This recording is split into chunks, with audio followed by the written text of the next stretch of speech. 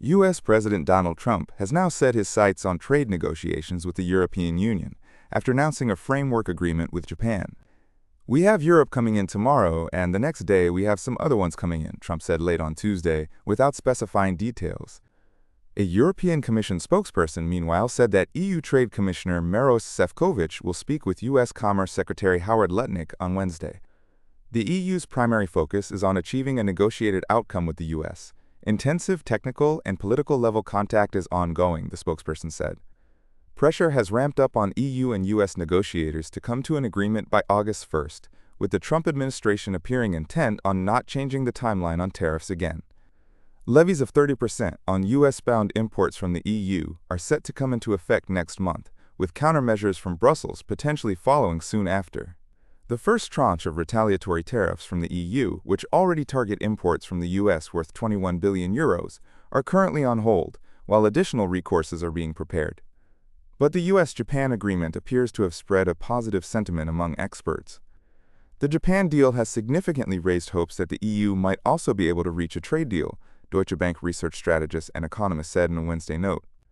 Katsuhiko Aiba, an economist at Citi, suggested in a separate note that the finer details of Japan's agreement with the U.S. could impact negotiations with the EU. It is notable that auto tariffs were reduced without any cap on auto exports for a major auto exporting country, which may have implications for negotiations with the EU and South Korea, he pointed out. The U.S.-Japan deal includes a baseline tariff rate of 15%, with Reuters reporting that levies on autos will also be cut to this level, down from the 25% currently in place. Carving out exemptions or lower rates for some key sectors has long been on EU's trade agreement wish list, with analysts expecting that the bloc could accept a baseline tariff in exchange for such sectoral provisions. Road vehicles are among the top 3 exports from the EU to the U.S., according to the European Council. The Pan-European Stoxx 600 index was trading 1% on Wednesday, roughly an hour after markets opened, with autos jumping by around 3.5%.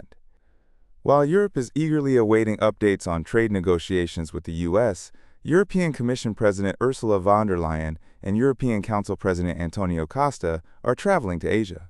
They are set to meet Japanese leaders on Wednesday before the EU-China summit on Thursday, with trade likely at top of their agenda. Trump's protectionist trade policies are exacerbating existing tensions between the EU and China, experts told CNBC. They noted Beijing's concerns that the U.S. may pressure the EU to sharpen its stance on China. Šefčovič on Tuesday said in a post on X that he had an important video call with Chinese Commerce Minister Wang Wentao without supplying further details.